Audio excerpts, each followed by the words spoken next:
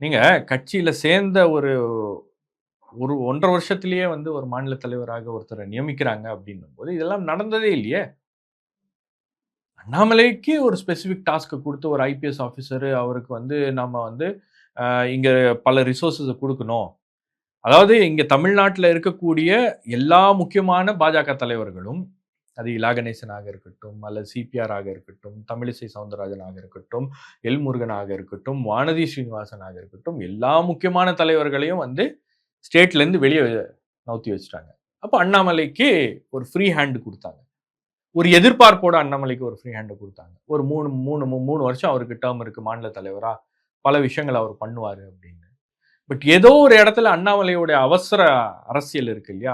அவசரமா வந்து உடனே நம்ம அடுத்த 5 வருஷத்துல ஆட்சிய புடிச்சிரணும் அப்படின்ற மாரி அவர் பண்ண அரசியல் அப்படின்றது ஊடகங்கள்லயும், மற்ற இதுலயும் வந்து ஒரு பெரிய பேச்சு பொருளாக வந்திருக்கலாம். வெளிய தன்னை ப்ரொஜெக்ட் பண்றத தாண்டி கட்சிக்குள்ளாகவே நெறைய குழப்பங்கள இல்ல. அதான் ஏற்படுத்தினார். சொல்றேன். நான் என்ன சொல்றேன், நீங்க அண்ணாமலை பதவிய எடுத்துட்டு சென்னைக்கு வரம்போது, அவர் மாநில தலைவர் ஆகும்போது, அவர் கூட வந்து ஒரு 3, 4 மாநில தலைவர்கள் உட்கார்ந்து அந்த பதவி பிரமாணத்த செஞ்சு வச்சாங்க.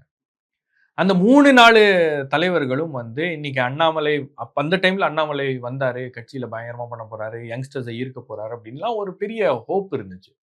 ஆனா இன்னைக்கு அவங்களுக்கு அதே ஹோப்போட அவங்க இருக்காங்களா அப்படின்னு பார்த்தீங்கன்னா, அவங்கலாம் வந்து கொஞ்சம் ஸ்கெப்டிக்கலா இருக்காங்க.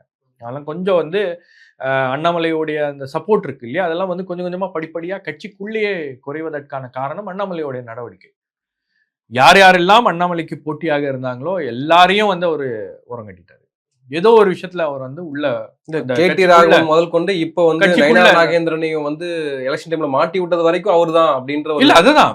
அதெல்லாம் அவங்க கட்சிக்குள்ள நடக்கிற டைனமிக்ஸ். இன்டர்னல் பாலிடிக்ஸ்ல அண்ணாமலை வந்து யார் யாரெல்லாம் வந்து என்னென்ன பண்ணணுமோ அதெல்லாம் வந்து பண்ணிட்டாரு.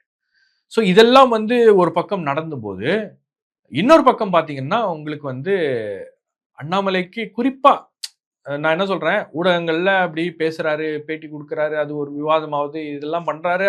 அதெல்லாம் ஓகே.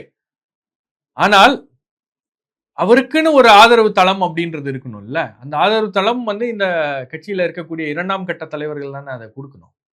அப்ப அவங்கெல்லாம் வந்து இவருடைய செயல்பாடுகள பார்க்கும்போது, ஏதோ ஒரு விதத்துல அவங்கலாம் வருத்தப்பட்டு, அல்லது அவங்க அவங்க வச்சிருந்த நம்பிக்கைய இழந்து, இன்னைக்கு அவங்கலாம் வந்து அண்ணாமலைய வந்து பெரிய அளவுக்கு சப்போர்ட் பண்ணக்கூடிய இடத்துல இருந்து மாறி, இன்னைக்கு நாம வந்து சப்போர்ட் பண்ணாம இருந்துறலாம். வேற யாராச்சும் வரட்டும் அப்படின்ற மைண்ட் செட்டுக்கு போயிட்டாங்க. இது அண்ணாமலைக்கு ஏற்பட்டிருக்கக்கூடிய மிகப்பெரிய பின்னடைவு.